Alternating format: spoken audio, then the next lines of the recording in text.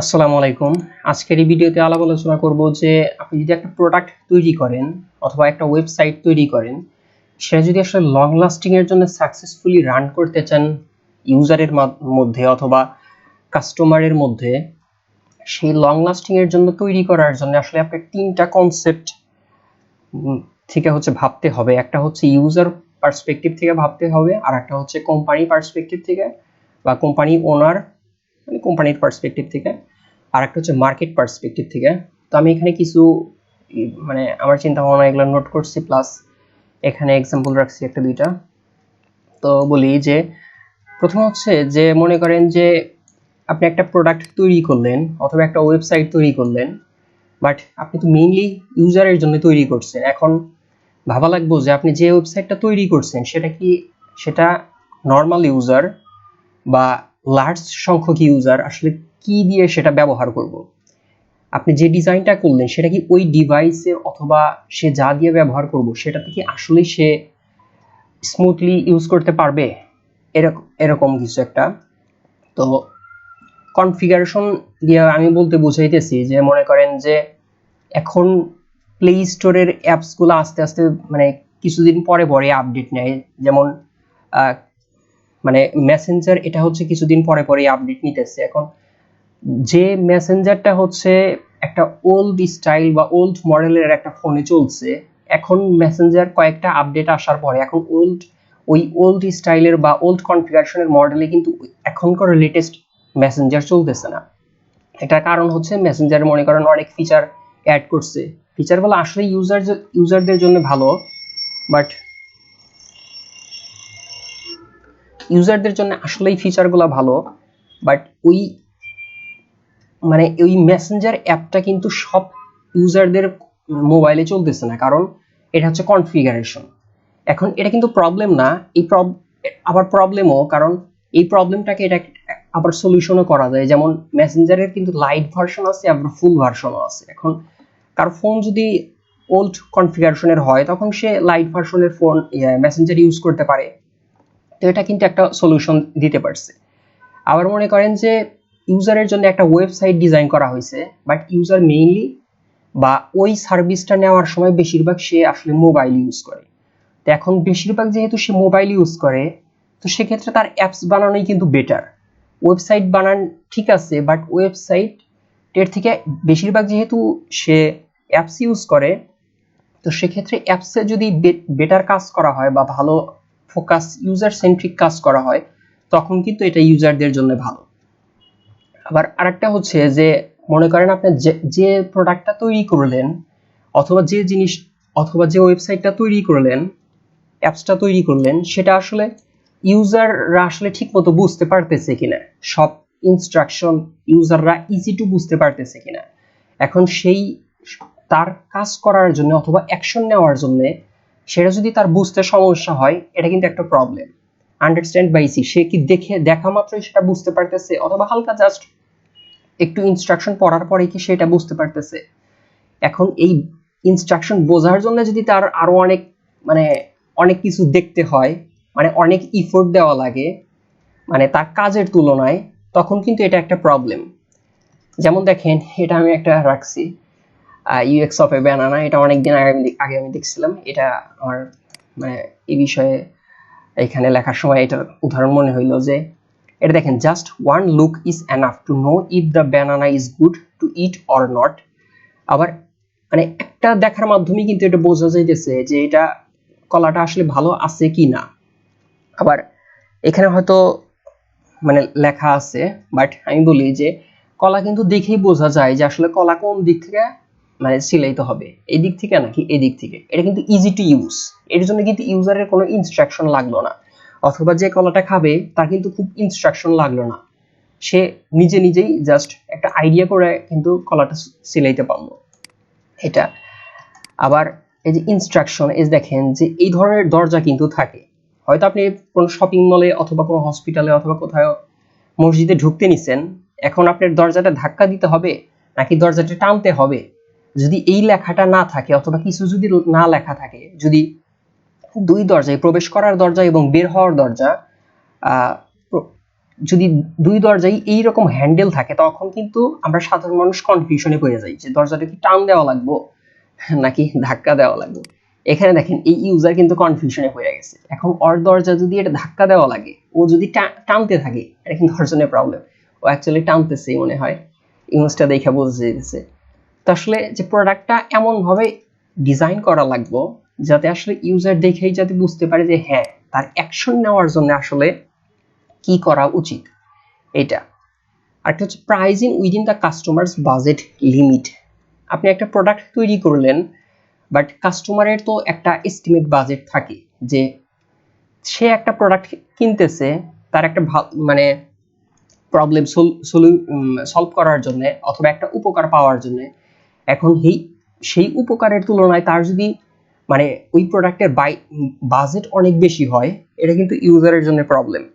এখন ইউজারের জন্য কত বাজেট আসলে লিমিট করা দরকার অথবা সেট করা দরকার, এটা কিন্তু এই কোম্পানি ভাববে যে হ্যাঁ ইউজারের জন্য যদি আমি এই পরিমাণ বাজেট ঠিক করি তাহলে কিন্তু ইউজার আমার এই প্রোডাক্টটা কেনার জন্য অথবা ইউজ করার জন্য সে আসলে ক্যাপাবল থাকবে বা সামর্থ্য থাকবে। এখন মনে করেন যে অনেক ফিচার দিল কোম্পানির মনে করেন এনাফ পরিমাণ যথেষ্ট পরিমাণ বাজেট আছে, অনেক একটা প্রোডাক্টের ভিতরে অনেক ফিচার দিল এবং সেটা ইউজারের জন্য ভালো, ইজি টু ইউজ, সবকিছুই ভালো, বাট অনেক বাজেট দেওয়াতে কোম্পানির কিন্তু একটা প্রোডাক্টের পিছনে অনেক খরচ হইলো। এটা কিন্তু একটা কোম্পানির সমস্যা এবং ইউজারের জন্যও সমস্যা। কোম্পানির খরচ বেশি হয়েছে, তার মানে কোম্পানির লাভ করার জন্য ওই প্রোডাক্টের বাজেট বেশি করা লাগবে এবং বাজেট বেশি করলে তখন আবার ইউজার তার বাজেট এস্টিমেট বাজেট লিমিটের ভিতর ওই প্রোডাক্টের বাজেটটা থাকবে না, প্রাইসটা থাকবে না, তখন ইউজার আলটিমেটলি প্রোডাক্টটা কিনবে না। আর প্রোডাক্টটা না কিনলেই মানে অ্যাকচুয়ালি বিজনেসের লাভ হইল না। কাজেই ইউজারের এস্টিমেট বাজেট কত এটা আসলে একটা আইডিয়া করা লাগবে। আইডিয়া করার পরে সেই তুলনায় ফিচার এবং সেই ফিচারগুলোই দেওয়া লাগবে সেটা আসলে ইউজারের জন্য যেটা ভালো, ইউজারের প্রবলেমটা সলভ করতে পারে, সেই ফিচারগুলো দেওয়ার পরে হচ্ছে একটা বাজেট লিমিট করা বাজেট সেট করা লাগবে এবং সেই অনুসারে প্রোডাক্টটা ডেভেলপ করা লাগবে বা প্রোডাক্টটা তৈরি করা লাগবে। আবার ইউজারের জন্য হচ্ছে মানে যে প্রোডাক্টটা তৈরি করা হইতেছে সেটা কি আসলে ইউজারের প্রবলেম সলভ করবে কিনা অথবা বেটার এক্সপেরিয়েন্স দিবে কিনা সেটা আসলে দেখতে হবে। আমি কিছুদিন আগে মিডিয়ামে হচ্ছে ফিচার ক্লিপ নামে একটা আর্টিকেল পড়ছিলাম। এটা হচ্ছে পুরানো মুন্নাই রাইটারের আমাদের বাংলাদেশি এক সিনিয়র ভাই রিশাদ রাজিন ভাই, তো ওইটাতে ফিচার ক্লিপ নামে আর্টিকেল পড়ছিলাম। তো ওই ফিচার ক্লিপে হচ্ছে যে ইউজারের মনে করেন একটা সুবিধা দেওয়ার জন্য ইউজারের একটা প্রোডাক্টের ভিতরে ইউজারের সুবিধাগুলো দেওয়ার জন্য অনেক ফিচার অ্যাড করছে। উনি দেখাইছে হচ্ছে একটা কেচির সাথে অনেক অনেক দিছে, যে কেচি দিয়া হচ্ছে কেচি অথবা ওই রকম কিছুই, যে কেচি দিয়া হচ্ছে কাটা যায়, অনেক কাজ করা যায় একটা কেচি দিয়ে। এখন একটা কেচি দিয়া যদি অত কিছু করা যায়, এর ভিতর কোর প্রবলেম, ইউজারের কোর প্রবলেম কোনটা সেটা আসলে ঠিক মতো করতে পারতেছে কিনা সেইগুলো হচ্ছে দেখা লাগবে, যে ইউজারের কোর প্রবলেমটা সলভ হইতেছে কিনা অথবা তার বেটার এক্সপিরিয়েন্স দিতেছে কিনা। যখন হচ্ছে আসলে অনেক ফিচার অ্যাড করা হবে ইউজার কিন্তু একটা কনফিউশনে পড়ে যাবে। আপনারা দেখবেন যে অ্যাপলে অথবা অ্যাপলের রিমোটে হচ্ছে অনেক কম বাটন আছে। এটা কিন্তু একটা ইউএক্স ল। এর আগে আমি ইউএক্স ল নিয়ে একটা ভিডিও করছিলাম, ওই ভিডিওটা ডিসক্রিপশনে দিয়ে দিব, ওটা দেখতে পারেন। তো ইউজারকে হচ্ছে অনেক ফিচার দেওয়া হইলো হয়তো একটা প্রোডাক্টের ভিতরে, ইউজার কিন্তু তখন কনফিউশনে পড়ে যাবে, মানে অনেক ফিচার প্লাস সেই ফিচারগুলো মানে করতে গেলে এনেবল করতে গেলে অনেক ইনস্ট্রাকশন থাকবে বা অনেক অ্যাকশন নেওয়া লাগবে। এটা কিন্তু ইউজারের জন্য প্রবলেম। তো ইউজারের এক্সপিরিয়েন্সটা বেটার করা লাগবে, প্লাস তার আসলে কোর প্রবলেমটা সলভ হইতেছে কিনা সেই বিষয়টা দেখা লাগবে। আর আমি হচ্ছে ফিচার ক্লিপ এই আর্টিকেলটার হচ্ছে আমি এই লিঙ্কটা হচ্ছে মিডিয়াম লিঙ্কটা হচ্ছে আমি আমার এই ভিডিও ডিসক্রিপশনে দিয়ে দেবো, আপনারা চাইলে পড়তে পারেন। বাংলায় আর্টিকেল, রিশাদ রাজিন ভাই অনেক ভালো লিখছে, তো এটা পড়তে পারেন। এরপর হচ্ছে যে কোম্পানিজ পয়েন্ট অফ ভিউ। এখন দেখেন যে ইউজারের আসলে কি কেমন ভালো হবে অথবা ইউজার কিভাবে করলে একটা প্রোডাক্ট কিভাবে ডিজাইন করলে অথবা কিভাবে তৈরি করলে ইউজার ভালো হবে। ধরা যাক আপনি হচ্ছে রিসার্চ করে সেটা বের করছেন, এবং রিসার্চ করে বের করার পরে এবং ইউজার সেটা পছন্দ করবে এটাও হয়তো রিসার্চ করে আপনি বের করছেন, বাট সেটা তৈরি করার জন্য অথবা মেইনটেনেন্স করার জন্য কোম্পানির এনাফ পরিমাণ বাজেট আছে কিনা এটা দেখা লাগবে, এবং এনাফ পরিমাণ সেই প্রোডাক্টটাকে ডেভেলপ করার জন্য এনাফ পরিমাণ টাইম কোম্পানির আছে কিনা সেটা দেখা লাগবে। যেমন অ্যাওয়ার্ডসে অনেক ওয়েবসাইট আছে, এখন অনেকে বলে যে ক্রিয়েটিভ ডিজাইন, এত ক্রিয়েটিভ ডিজাইন করা যাবে না, ডেভেলপাররা ডেভেলপ করতে পারে না, এরকম কিছু। কিন্তু অ্যাওয়ার্ডসে আমরা যত ধরনের ডিজাইন দেখি কিন্তু অনেক মানে ক্রিয়েটিভ ডিজাইন ঠিক আছে, বাট ওগুলা কিন্তু জেনেরিক ডিজাইনের ভিতরে নাই, এবং সেগুলো কিন্তু ডেভেলপ হইতেছে। এখন ডেভেলপ হইতেছে বা কোম্পানি ডেভেলপ করতেছে, তার মানে কি কোম্পানির এনাফ পরিমাণ বাজেট আছে, হয়তো সাধারণ ডেভেলপার সেগুলো ডিজাইন ডেভেলপ করতে পারবে না। এখন ডেভেলপার অনেক সিনিয়র ডিজাইনার ডেভেলপার এদেরকে হায়ার করা লাগবে। এখন সিনিয়র ডেভেলপার যদি আপনি হায়ার করতে চান এদেরকে অনেক বেশি টাকা দিয়ে হচ্ছে হায়ার করা লাগবে, তো এই বেশি টাকাটা কোম্পানির আছে কিনা সেটা দেখা লাগবে। প্লাস আপনি যেহেতু একটু জেনেরিক প্রোডাক্ট বাদে একটু ইউনিক প্রোডাক্ট তৈরি করতে চান, তো সেক্ষেত্রে সেটা তৈরি করতে প্লাস সেটা মেইনটেনেন্স করতে গেলে একটু বেশি টাইম লাগবে, এই পরিমাণ টাইম কোম্পানির আছে কিনা এটা দেখা লাগবে। আবার আরেকটা হচ্ছে does company capable to solve future problem of their product enough resource. আচ্ছা, এই কোম্পানির মানে আপনি যদি কোনো প্রোডাক্ট তৈরি করেন অথবা কোনো ওয়েবসাইট অথবা কোনো অ্যাপস তৈরি করেন, সেই অ্যাপস অথবা ওয়েবসাইট অথবা প্রোডাক্টে যদি প্রবলেম তো সামনে হবেই, এটা তো আসলে ইউজারের আস্তে আস্তে ইউজারের কাছ থেকে ফিডব্যাক নেওয়া লাগবে, সেই ফিডব্যাকগুলো থেকে আস্তে আস্তে ফিচার ডেভেলপ করা লাগবে, প্রবলেমগুলো ফিক্স করা লাগবে।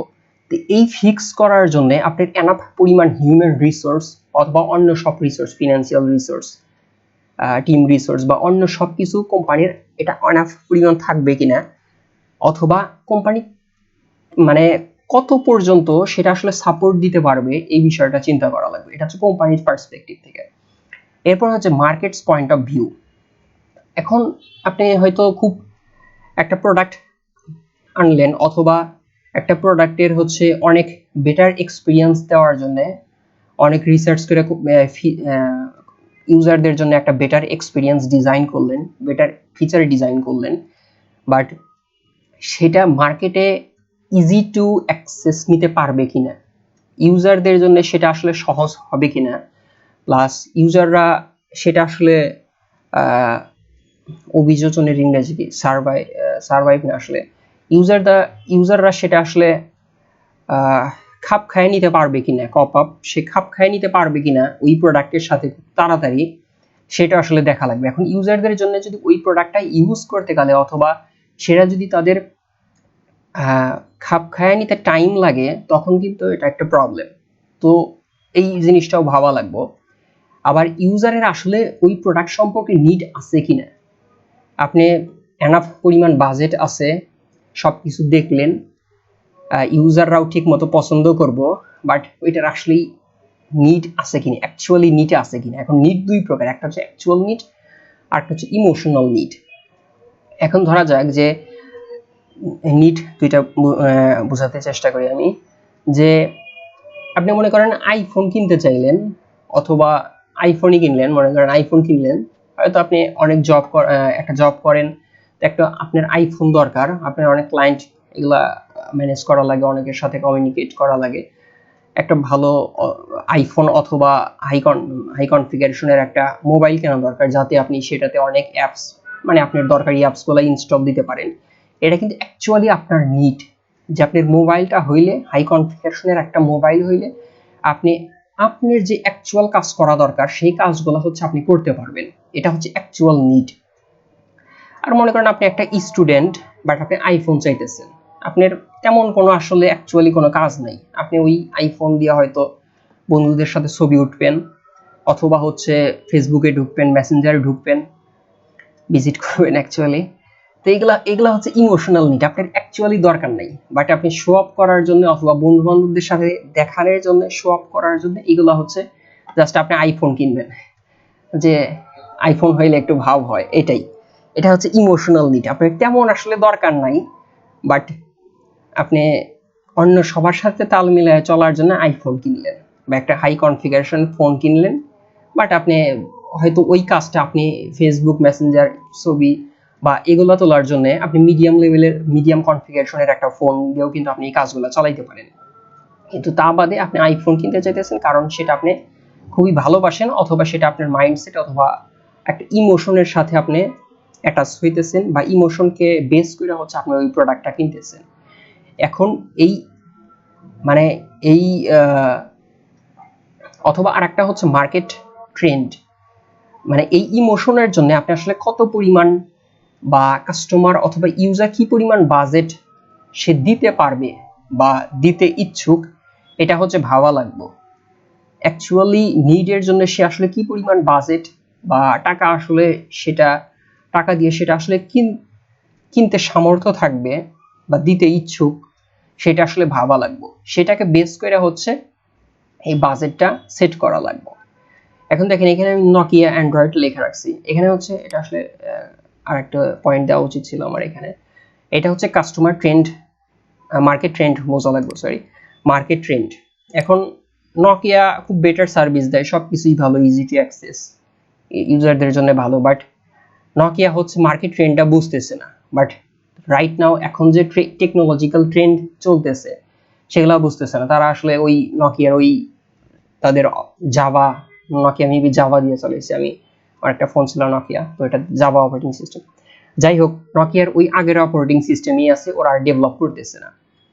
এখন মার্কেট তো চাই ট্রেন্ড, মানে মার্কেট তো চাইতেছে new technology, new feature, but Nokia হচ্ছে আগের মতোই কইরা আছে, এজন্য কিন্তু নকিয়া মার্কেটটা হারাইছে। অর্থাৎ আমি যে বলতেছি যে আপনি যদি একটা লং লাস্টিং এর জন্য প্রোডাক্ট তৈরি করতে চান, আপনার এই তিনটা বিষয় ভাবা লাগবে, তিনটা পার্সপেক্টিভ থেকে ভাবা লাগবে। একটা হচ্ছে ইউজার পার্সপেক্টিভ, আরেকটা হচ্ছে কোম্পানি পার্সপেক্টিভ, আরেকটা হচ্ছে মার্কেট পার্সপেক্টিভ।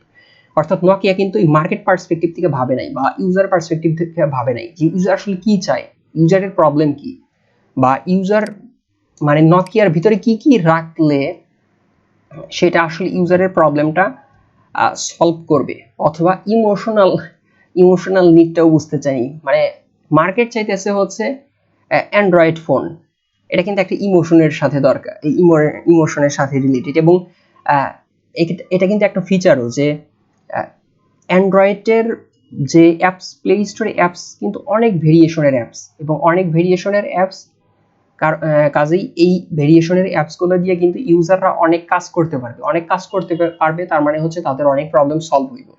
এখন নকিয়া জাভা দিয়ে কি এত কাজ করা যাইব, এটা কিন্তু নকিয়া আসলে ঠিকভাবে ভাবে নাই, অথবা তাদের মাইন্ডসেট ভিন্ন ছিল। বাট আমি যেরকম বুঝতেছি আমি সেটাই বলতেছি, তাদের মাইন্ডসেট হয়তো ভিন্ন ছিল। বাট দেখেন নকিয়া আলটিমেটলি কিন্তু মার্কেটটা হারাইছে। নকিয়া হয়তো ওই যে নকিয়া লুমিয়া ওইগুলা চালু করছিল, বাট আলটিমেটলি নকিয়া এখন বেশিরভাগ মানুষ ইউজই করে না। নকিয়া এখন যে ফোনগুলো ইউজ করে এগুলো হচ্ছে বাটন ফোন, মানে জাস্ট বয়স্ক মানুষরা যেগুলো ইউজ করে just call receive and call করার জন্য।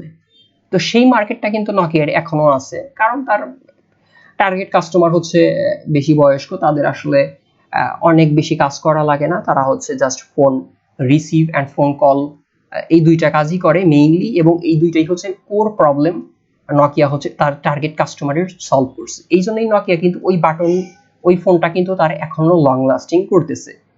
বাট ইউথ জেনারেশনের যে প্রবলেম প্লাস নিড, এইগুলা কিন্তু নকিয়া এখনো তেমন আসলে কাজ করতে পারে নাই, এই জন্য হয়তো নকিয়া এখনো মার্কেটটা অ্যান্ড্রয়েডের মতো পায় নাই।